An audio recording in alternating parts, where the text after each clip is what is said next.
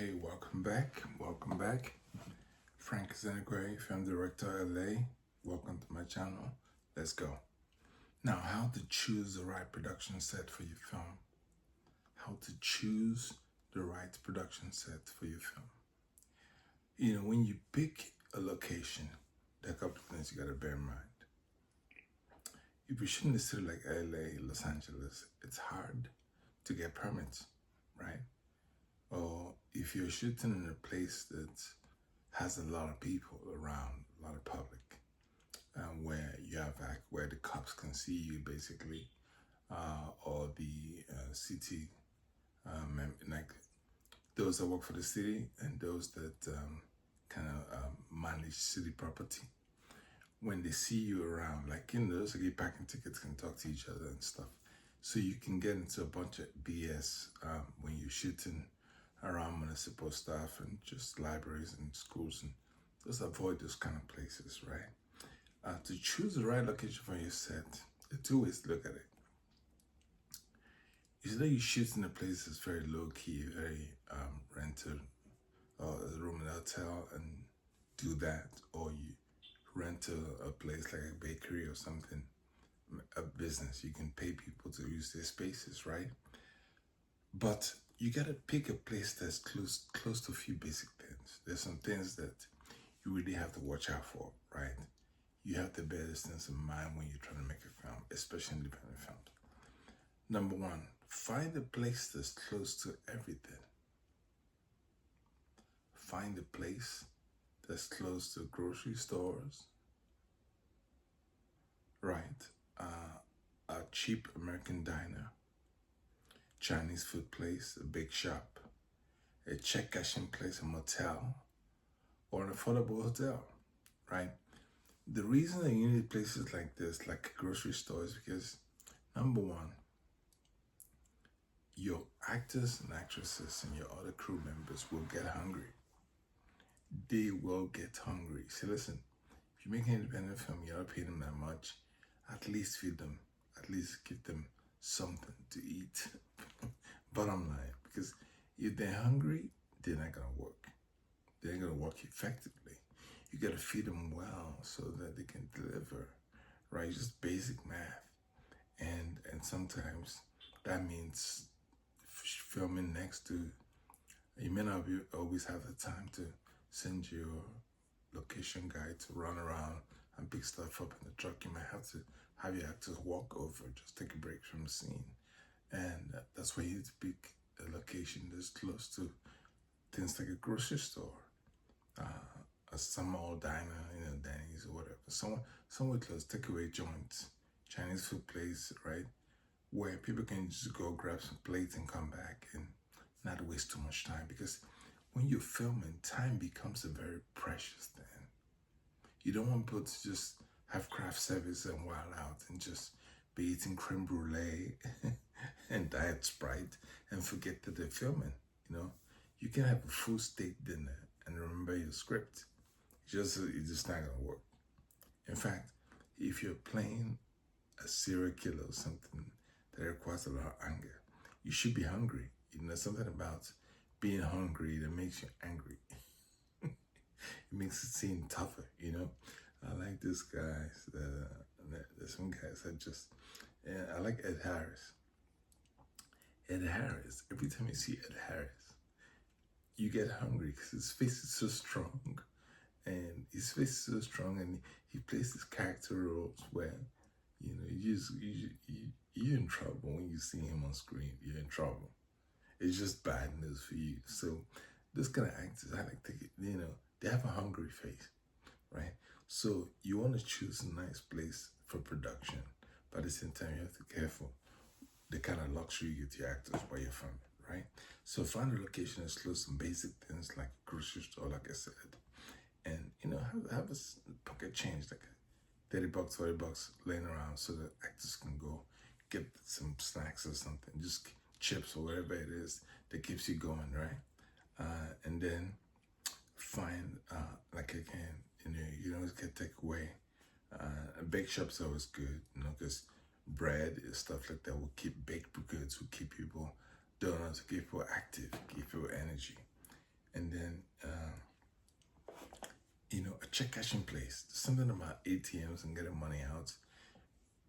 You want your actors to be able to access the money, access little change to do here, things here and there, nothing too expensive, but at least have access to ATM, right? It does make a lot of difference, excuse me. It does make a lot of difference, right? Again, a motel or a cheap hotel or motel, places like that, they're already kind of on the edge of town. They don't have a good reputation, so places like that are good places to film. No Country for Old Men. There was this dirty motel that the character was chasing his foot down the street, they ran away into a small motel, like a dirty motel. So motels are always very cinematic. They always look very picturesque.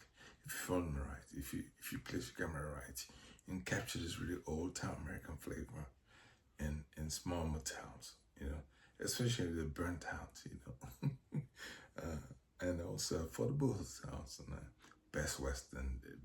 They make for good set because you can rent a room for like $40 a night, and homeless people might be outside or whatever, but at least you can get in there with your crew, shoot something, and get out, and so also you need a set that's close to parks.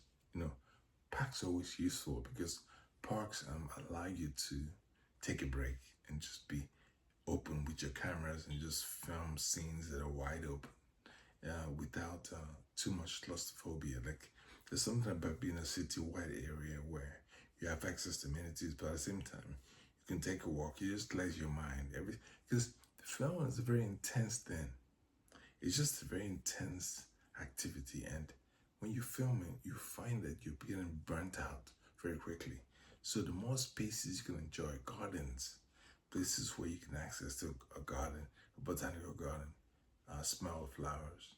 That way, if your film is so intense, you can step down a little bit, or give your actors a chance to step down a little bit and smell the roses and see the fountains in the park. Those things kind of relax people. Like, it makes them kind of feel less tense to attack the next scene or next process in the game, right? I also remember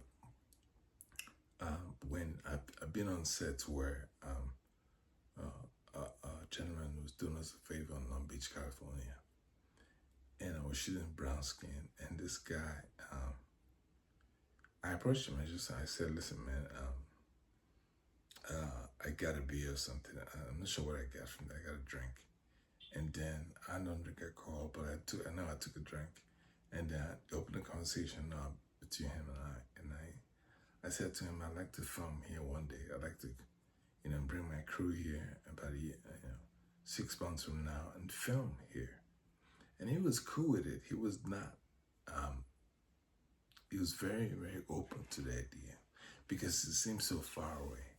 But about 3 weeks at a time, I called him again and said, "Listen, man, where it's about to happen, right?"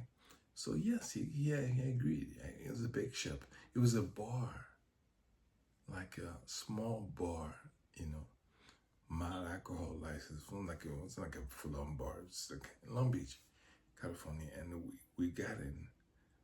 My crew, my cameraman, and them actors and actors, about maybe 5 actors and actresses in total, and then I and my DP were on the scene, and these patrons were coming in and out, and it was cool at first because they could see us filming in there. They were so happy to be in the bar drinking while we were filming, so it was cool.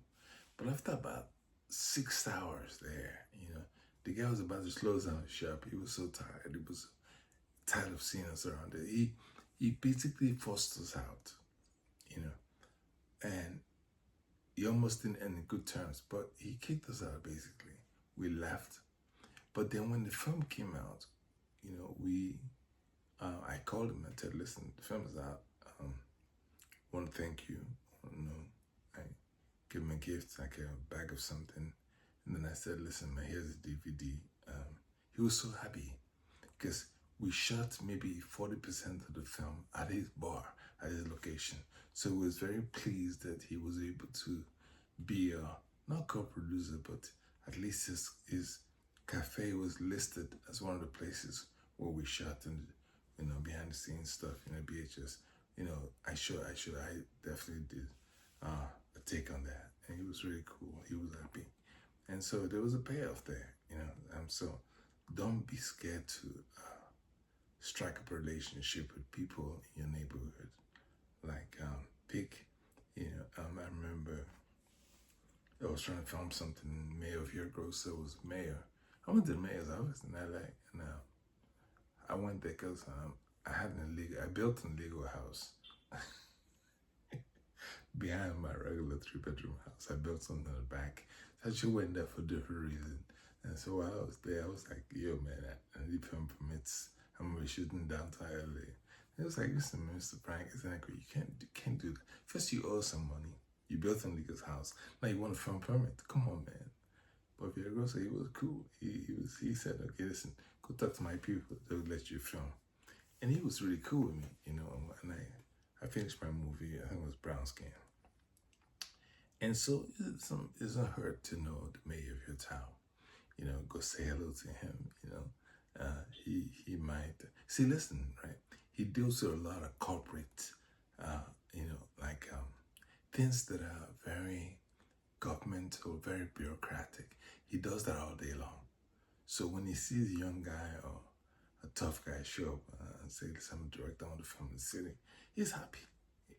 Film is expensive, but when you come forth and tell him, listen, yo, I'm doing this independent, grinding, the cops are going to come and tell the sheriffs to calm down, he'll do that. He has the power. Once you come see him, when you go see him, at least then when he was the mayor, now I think Mayor Karen Bass is the new mayor now of LA. And she's cool too, from what I hear. She's cool. Besides busting that fire, you can always go to the mayor's office and talk to them and say, listen, the cops are going to be on my ass when I shoot this film. Please talk to them and then calm down. Give us a day or two to shoot what we're shooting.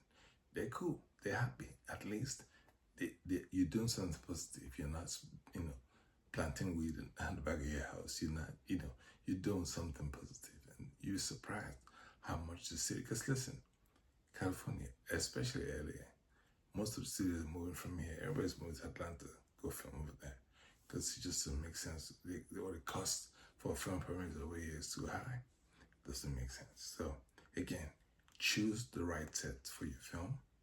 Make sure it's localized in places where the amenities for your actors to enjoy and serve themselves while you're filming.